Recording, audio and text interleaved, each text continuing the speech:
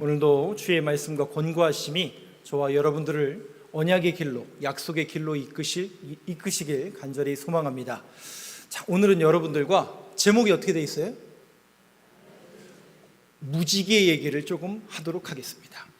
우리는 이제 창세기 강해를 계속 하고 있습니다. 창세기 9장에 대한 내용을 이번 주와 다음 주에 함께 나누어 보도록 하겠습니다. 9장에 있는 이야기 전체적인 내용은 세 토막으로 나누어져 있습니다. 세 토막 중에 오늘은 중간에 있는 두 번째 이야기를 여러분들과 나누고 세 번째 이야기는 다음 주에 하도록 하겠습니다. 그럼 첫 번째 토막은 무엇이냐? 1절 한번 보여주시죠. 9장 1절. 네, 여러분 목소리 한번 같이 읽어보겠습니다. 시작. 하나님이 노아와 그 아들들에게 복을 주시며 그들에게 이르시되 생육하고 번성하여 땅에 충만하라. 첫 번째 토막은 9장에 마치 이 1절 같이 읽었는데 어디서 많이 본 본문이죠? 어디서 보셨어요? 성경에서 봤죠. 성경 어디요?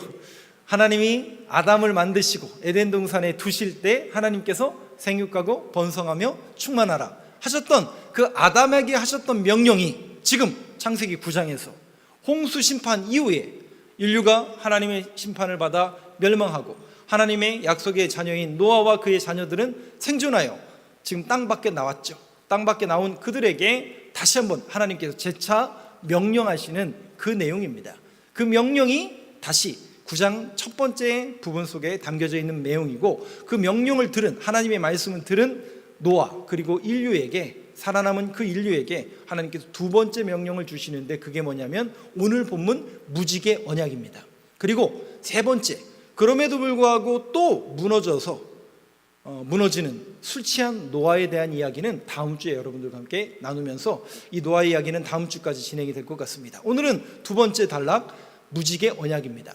자, 하나님께서 그 인류에게 하나님의 약속의 말씀으로 무지개 이야기를 하시는데, 자, 8절부터 한번 본문을 보도록 하겠습니다.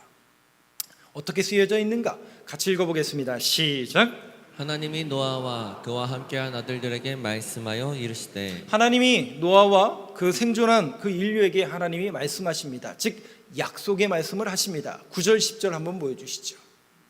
저하고 교독하겠습니다.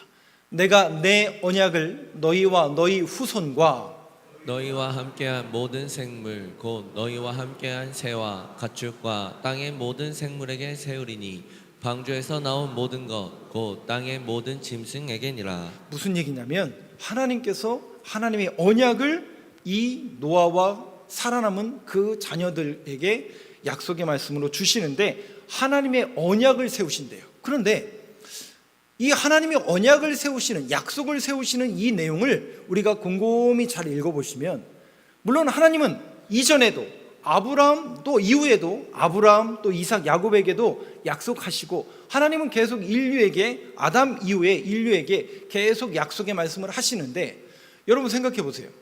제가 어떤 성도님하고 또 우리 목사님하고 이렇게 약속을 맺어요. 약속, 언약이란 말은 당사자 간에 이루어지는 겁니다. 그죠? 나 혼자 약속하는 게 아니라 대상이 쌍방이 하는 거죠. 쌍방이 계약을 맺고 약속을 하고 언약을 하는 겁니다. 그러면 그 약속을 지켜야 돼요? 안 지켜야 돼요? 지켜야 이 약속이 유효가 되는 건데, 둘 중에 하나가 어기면 어떻게 돼요? 약속이 파기가 되는 거죠. 그런데 하나님이 놀라운 말씀을 여기에서 계속 하시는데 뭐냐면, 아까 8절, 9절, 10절, 이거 창세기 잘못 썼어요. 창세기 9장 8절부터예요. 창세기 9장 8절부터 10절에 보면 내가 내 언약을 세운다 이렇게 말씀하세요. 그러니까 주어가 다 하나님이에요. 분명히 약속은 같이 쌍방이 계약을 맺는 건데 계속 하나님이 뭐라고 말씀하시냐면 내가 세울 것이다, 내가 할 것이다, 내가 언약을 이룰 것이다. 주체가 온통 내가예요. 하나님 쪽이에요. 그러면 상대방은 그냥 그런가 보다 그러는 건가요? 이게 다 이유가 있습니다. 하나님이 그 약속을 지켜낼 만한 인간들이, 하나님과 약속을 맺은 나중에 이제 아브라함, 이삭, 야곱도 여러분들이 아시는 것처럼 그 약속을 지킬 만한 실력과 능력이 있어요, 없어요? 여러분 경험해 보셨잖아요. 아브라함이 정말 신실하고 믿음이 좋죠. 야곱이 정말 똑바르게 하나님 뜻대로만 살죠. 아니요. 아브라함도 그렇고요, 야곱도 그렇고요, 믿음의 조상들도 말이 믿음의 조상이지 결국 우리랑 똑같더라는 거예요. 그러면 왜 그들이 믿음의 조상이고 왜 그들이 그 속이는 인생인 야곱을 하나님께서 계속 붙드시는가? 저는 인간적인 면으로 보면 야곱의 형이었던 에서가 더 남자다워요. 인간적으로 봐도 더 리더감이에요. 그런데 맨날 속이고 남의 거 등쳐먹는 야곱의 인생을 하나님은 왜 붙드시는가? 이유는 딱 하나예요. 그들이 붙들었던 것이 뭐냐면 하나님의 약속을 붙듭니다. 그런데 그들은 지켜낼 자신과 약속을 이행할 수 있는 능력이 안 돼요. 그 사실을 하나님이 안다는 얘기예요, 모른다는 얘기예요. 제가 이 본문을 읽을 때 너무 그런 거예요. 아니, 약속은 쌍방이 지키니까 너 안 지키면 큰일 나? 이렇게 해도 시원찮을 판에 하나님은 내가 세울 거야, 내가 약속을 지킬 거야. 그 얘기는 뭐냐면 네가 그 약속을 지킬 만한 실력이 없다 할지라도 누가? 하나님이 그 약속을 이루어 가신다라는 하나님의 그 약속을 이행하시는 신실하신 하나님의 성품을 그대로 드러내는 대목이 내가 그 약속을, 그 언약을 세운다라는 그 약속에 담겨져 있는 뜻입니다. 그러니까 하나님과 우리가 하나님의 약속의 말씀을 붙든다라는 것은 우리가 실력이 없고 능력이 없다는 것을 하나님이 아시죠. 그런데 그 약속을 이행하시는 분은 누구라고요? 하나님이 신실하기 때문에 그 하나님은 예전에도 지금도 앞으로도 쭉 신실하게 약속을 지켜가요. 그런데 그 약속을 맺은 하나님의 자녀인 우리가 실력과 능력이 안 돼요. 그 사실을 하나님은 아세요. 그렇기 때문에 빨리 오늘 여러분들이 이 메시지를 들으신다면 그 하나님의 약속의 말씀을 다시금 붙들 수 있는 믿음의 고백이 이루어지기를 간절히 소망합니다. 그게 우리의 형편이고 우리의 실력이에요. 다 들통나고 다 고백되어지는 거죠. 그런데 하나님은 우리를 포기하는 법이 없더라고요. 약속도 못 지키고 분명히 또 빠져나갈 걸 알면서도 하나님은 계속 기다리고, 마치 탕자가 이제나 오려나 저제나 오려나 하나님께서 그 아들을 눈 빠지도록 기다리시는 것처럼 저와 여러분들을 기다리시는 그 하나님의 마음을 제발 좀 알아주시길. 그 다음은 무슨 대화 이해가 되시나요? 그게 하나님의 성품이고 하나님의 신실하신 하나님이라는 거죠. 그러니 우리는 또 오늘 이 예배의 자리에 나와서 뭘 확인하는 거예요? 하나님, 또 내가 죄에, 또 연약함에, 또 부족함에 살아가지만 오늘도 그 약속에 신실하신 하나님이 말씀을 주시고 예배의 자리로 우리를 불러주시고 또 우리와 함께 하신다고 약속하셨으니 그 약속의 말씀을 붙드는 내가 될 수 있도록 믿음의 고백을 허락하여 주옵소서. 여러분 속으로 꼭 그런 믿음의 고백으로 나아가시길 간절히 소망합니다. 이제 하나님께서 그 언약, 그 약속을 어떻게 이끌어 가시는가, 그 언약의 내용들이 포함되어 있는 구절이 11절부터 담겨져 있습니다. 11절 한번 보시죠. 물론 10절에도 있었는데 11절, 11절과 12절에 그 하나님의 언약의 범위, 그 범위를 여러분들이 한번 눈여겨서 한번 보시죠. 11절과 12절을 저하고 교독하겠습니다. 내가 너희와 언약을 세우리니 다시는 모든 생물을 홍수로 멸하지 아니할 것이라. 땅을 멸할 홍수가 다시 있지 아니하리라. 하나님이 이르시되 나와 너희와 함께하는 모든 생물 사이에 대대로 영원히 세우는 언약의 증거는 이것이니라. 저는 이 구절을 읽으면서 10절, 11절, 12절을 보면서 그 언약의 범위, 누구랑 언약을 맺으세요? 저는 당연히 인간들하고 우리랑 맺는 거잖아요. 근데 10절, 11절, 11절, 12절에 보면 모든 생물, 그러니까 이 언약의 범위가 우리 인간만이 아니라 자연계에 섭리하는 모든 생물, 식물, 동물을 다 포함하고 있어요. 그러면 왜 하나님께서 그 언약의 범위를 이렇게 넓게 잡으시는가? 이 안에 담겨져 있는 메시지를 한번 여러분들이 발견해 보시죠. 어느 구절을 통해서 우리가 예를 들 수 있냐면 성경의 한 예를 들게요. 요나서를 한번 보여주시죠. 요나서에 보면 이런 구절이 있습니다. 사람하고만 언약을 맺고 사람만 회개하는 줄 알았더니 놀랍게도 짐승도 회개하더라고요. 자, 그 구절입니다. 같이 읽어보겠습니다. 시작. 사람이든지 짐승이든지 다 굵은 베옷을 입을 것이요 힘써 하나님께 부르짖을 것이며 각기 악한 길과 손으로 행한 강포에서 떠날 것이라. 이게 무슨 얘기냐면 요나는 지금 하나님의 말씀을 어디 가서 전하냐면 자기 백성들에게 전하는 게 아니라 놀랍게도 이 이스라엘을 공격하는, 우리가 세계사 시간에 배웠던 아시리아, 아수르라는 그 대제국의 수도가 니누에였는데, 그 니누에의 죄악을 고발하고 그 사람들에게 복음을 전해서 그 사람들을 회개하게 하라라는 하나님의 명령을 듣습니다. 그러면 하나님의 명령에 순종하여 가야죠. 근데 어디로 가요? 다시스로 가는 배를 탑니다. 다시스는 서쪽으로 가는 배거든요. 근데 하나님은 어느 쪽으로 가라고요? 동쪽으로 가라고 그랬어요. 동쪽으로 가라고 그랬는데 서쪽으로 갔다는 얘기는 하나님의 말씀에 순종했다는 얘기, 안 했다는 얘기예요.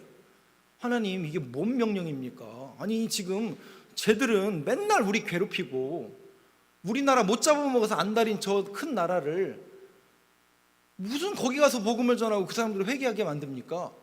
그래서 요나가 애국주의자였나 봐요. 그래서 도저히 저는 못합니다. 딴 사람 딴 데 가서 알아보시죠. 그리고 저는 반대로 갔던 거예요. 갔더니 뭐가 기다리고 있어요? 배가 기다리고 있었죠. 그리고 배를 탑니다. 가는데 풍랑을 만나고 제비 뽑아서 인신제사를 드리는 제비 뽑기에 본인이 당첨되죠. 그래서 빠져서 물고기가 기다리고 있었습니다. 그런데 그 물고기가 3일 동안 요나를 잡고 있다가 토해냈어요.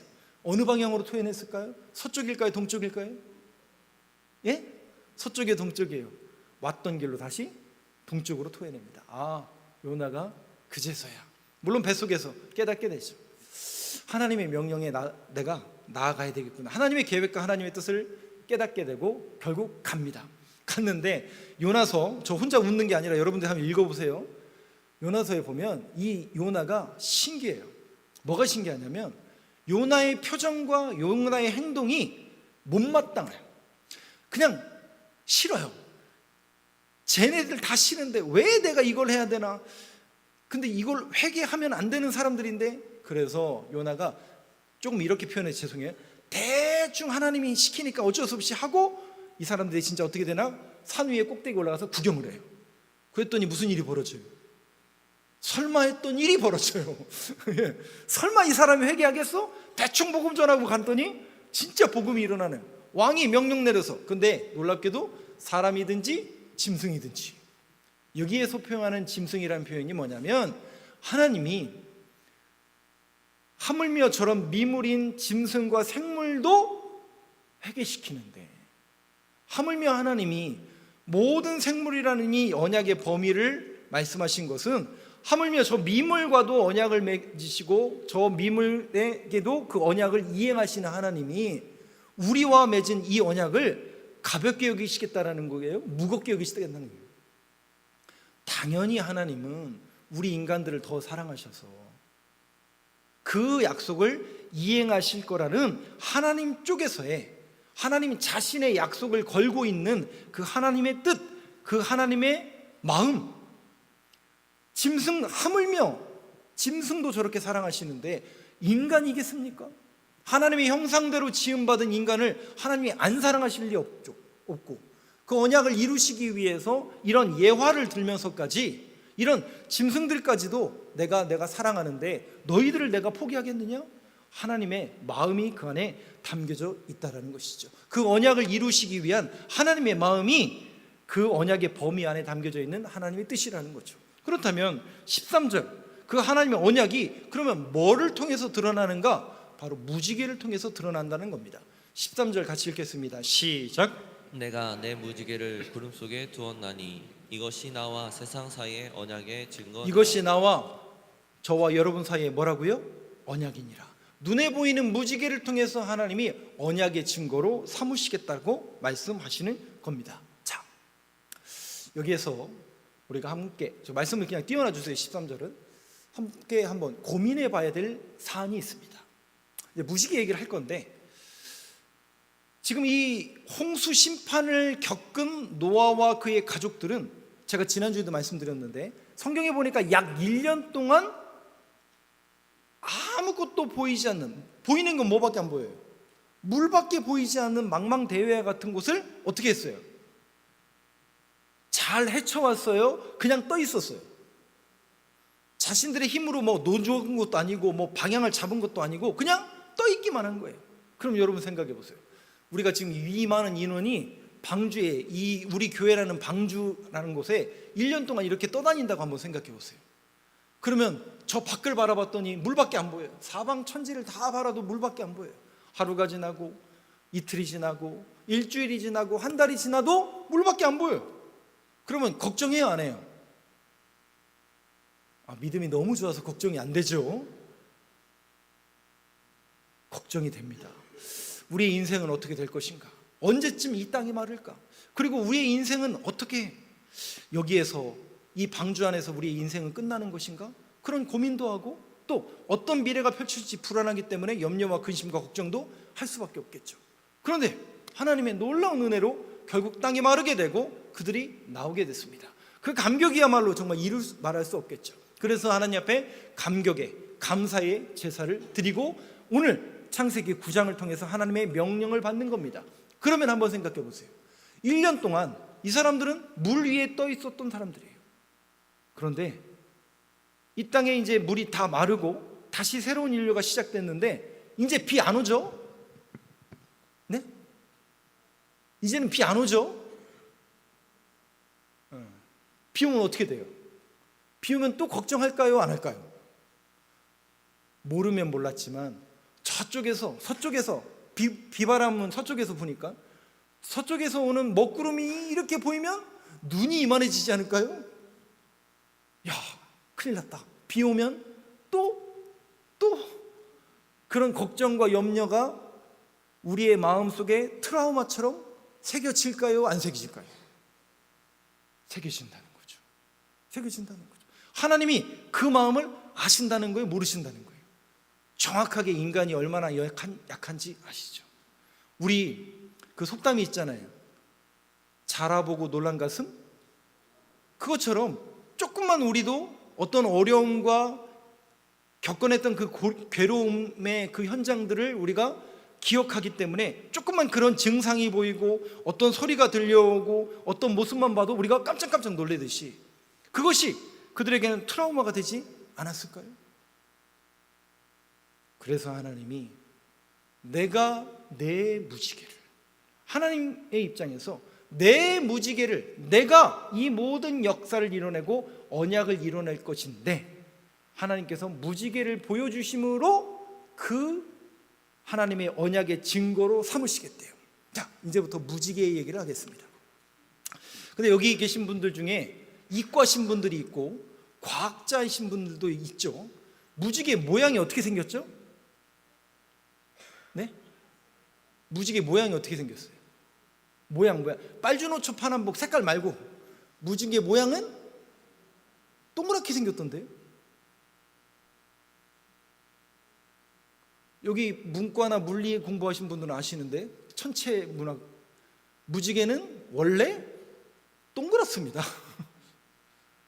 공중에서 보면 무지개는 동그랗게 생겼습니다. 근데 이 땅에서 보면 어떤 모양이에요? 반달 모양으로 되어 있죠. 그러니까 무지개를 믿어라라는 게 아니에요. 예, 이거 과학적으로는 하늘에서 보면 동그랗게 생겨요. 우리는 알잖아요. 이게 태양의 구름에 갇혀서, 이거 과학적으로 제가 과학자는 아니기 때문에 그건 여러분들이 네이버를 검색해 보시고 무지개가 왜 생겼는지는 그냥 검색을 해보시고, 하나님은 지금 뭘 말씀하고 계신 거냐면 그 무지개를 믿어라 이게 아니라 무지개의 모양을 보라는 거예요. 그 무지개가 우리가 이 땅에 살면서 육안으로 봤을 때 반달 모양처럼 돼 있잖아요. 그 반달 모양이 마치 화살 말고 활을 모양처럼 생겼잖아요. 그래서 이스라엘 백성들은, 유대인들은 이 활 그리고 이 무지개를 어떤 단어를 쓰냐면 캐셰트라는 히브리어를 씁니다. 근데 이 캐셰트라는 단어가 실상은 어떤 단어의 어원이 되냐면 나중에 여러분 아시는 영어의 무지개를 뭐라고 그래요? 레인보우라고 하잖아요. 그 보우라는 단어가 무슨 뜻이에요? 활이라는 것처럼 그 모양이 그런 모양이라는 것이죠. 즉 활, 캐셰트라는 단어를 통해서 이스라엘 백성들은 하나님의 언약을 상징할 때 활을 겁니다. 특별히 아들이 태어나면 이 가정에 생명의 부양자가 태어났다, 즉 하나님의 언약을 이을, 대를 이을 아들이 태어났다고 할 때, 죄송해요 여기 따님들이 더 많이 계신데, 전통적으로 아들이 태어나면 집 앞에다가 활을 겁니다. 왜냐하면 이 가정에 생명의 부양자가 태어났다, 언약을 이어받을 후손이 태어났다는 의미로 우리나라는 그걸 걸지만, 요즘은 이제 대문이 없어져가지고 다 아파트 사시니까 대문이 없어서 못 걸지만, 지금은 이스라엘 백성들은 아들이 태어나면 활을 겁니다. 언약의 증표로서 하나님 앞에 활을 겁니다. 그러니까 이 무지개를 육안으로 보면서 뭘 기억하라는 거예요? 무지개를 믿으라는 게 아니라 하나님의 언약을 기억하라고 할 때 그 활 모양을 그들은 이야기합니다. 그렇다면 이 활 모양 퀘셰트가 성경에서는 어떤 의미로, 어떤 용례로 쓰였는가 몇 구절만 보여드리겠습니다. 출애굽기 15장 3절 한번 보여주시죠. 같이 한번 읽어보겠습니다. 시작. 여호와는 용사시니 여호와는 그의 이름이시로다.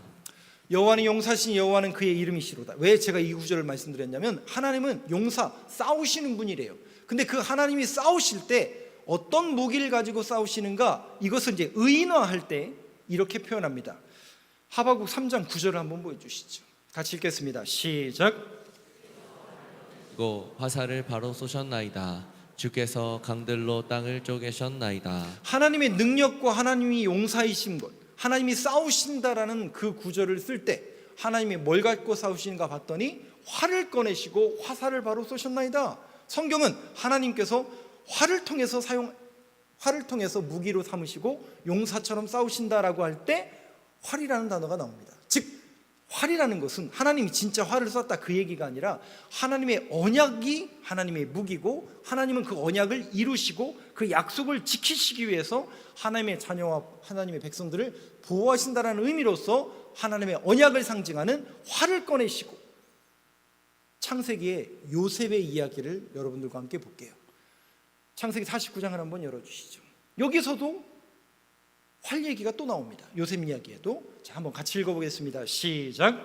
요셉의 활은 도리어 굳세며 그의 팔은 힘이 있으니 이는 야곱의 전능자 이스라엘의 반석인 목자의 손에 힘이 있습니다. 잠깐만 이 구절을 띄워놔 주세요. 요셉의 활은, 여기서도 말하는 활은 하나님의 약속, 그 언약, 그 하나님의 싸우시는 무기죠. 그럼 여러분, 요셉이라는 그 한 인간이죠. 신앙의 인물이 믿음이 좋았나요? 나빴나요? 믿음이 좋았겠죠. 보통 믿음이 아니죠. 저는 요셉의 인생을 보면 정말 대단하다고 말하고밖에 말이 안 나와요. 그렇지 않아요, 여러분? 15살 정도밖에 되지 않은, 이제 중학생 1학년, 2학년 정도밖에 되지 않은 그런 어린 나이에 저 머나먼 땅에 놀러 간 것도 아니에요. 팔려가요. 근데 누가 팔아요?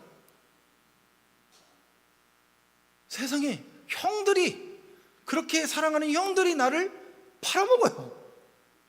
그럼 여러분 한번 생각해보세요. 그 어린 나이에, 요즘에 사춘기 아이들 그 시기인데, 그 어린 나이에 형들한테 팔림을 당해서 그 머나먼 이국 땅에 가면 그 마음에 화가 있었을까요? 없었을까요? 세상에 나는 태어났는데 형들이 10명이나 있는데 그 형들이 세상에 나를 팔아먹었다. 야, 잘 먹고 잘 사는 지대가 눈 뜨고 보겠다. 이런 악한 감정이 남았을까요? 안 남았을까요? 좀 말 안 해도 그 감정이. 갔는데 어떻습니까, 여러분? 말이 통합니까? 인종은 완전히 다르죠? 말이 통합니까? 외국이죠? 하나님을 믿는 사람은 아무도 없죠? 근데 우리는 총리가 된 것만 기억하잖아요. 잘 믿었더니 총리가 되었더라. 그런 거예요? 그의 인생에 15년에서 17년이라는 인생은 정말 눈꽃 뜰 새 없이 바쁜 인생이 아니라 정말 하루하루를 견디고 버텨내기가 쉽지 않았을 거예요.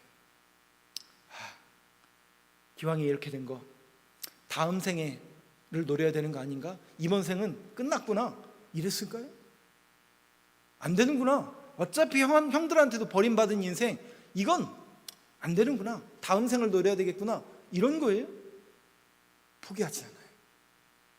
요셉이 포기하지 않아요. 물론 인간적인 면에 있어서 또 어떤 꿈을 해석해줘서 또 인간적인 청탁도 하기도 해요. 요셉도 그랬어요. 그런데 요셉이 포기하지 않아요. 왜냐? 요셉은 믿는 구석이 있었거든요. 그게 뭐라는 거예요? 요셉의 활은 도리어 굳세며 그의 팔은 힘이 있으니. 제가 몇 주 전에 그런 말씀을 드렸어요. 세상이 감당하지 못할 사람이 누군지 아세요? 돈 많은 사람, 능력 있는 사람, 권세 있는 사람이요? 성경은 우리에게 뭐라고 말씀한 줄 아세요? 하나님의 은혜를 입은 자는 세상이 감당하지 못해요. 노아가 그랬고요, 요셉이 그랬고요, 아브라함이 그랬어요. 세상은 어떻게 해서든지 그 인생을 무너뜨리려고 노력을 해요. 요셉을 무너뜨리려고 하고, 노아를 무너뜨리려고 하고, 아브라함을 무너뜨리려고 해요. 근데 무너져요? 무너지는 것처럼 보이지만, 그들의 힘과 그들의 권세에 눌려 사는 것처럼 보일지 모르지만 그들이 다시 일어나요. 다시 하나님을 예배해요. 다시 하나님의 약속의 말씀을 붙들어요. 왜냐? 야곱의 전능자 이스라엘의 반석인 목자의 손을 힘입음이라. 하나님의 은혜를 입은 자는 세상이 감당 못한다니까요. 왜냐하면 또 일어나요. 또 일어나는 거예요. 그러니 처음에는 네가 또 얼마나 일어나나 보자 이랬겠지만 계속 일어나는 그런 모습을 보면서 야, 뭔가 있구나. 쟤네들이 의지하는 힘이 도대체 뭔가, 세상이 궁금해지기 시작하는 거죠. 그러면서 나중에는 그 사람들이 오히려 물어보러 와요. 야, 네가 믿는 신은 도대체 뭐냐? 너는 도대체 어디 다니냐? 궁금할까요? 안 궁금할까요? 궁금하단 말이에요. 그때까지 버텨내는 게 어려울 뿐이죠. 그래서 우리는 버티지 못하고 자포자기해 해요.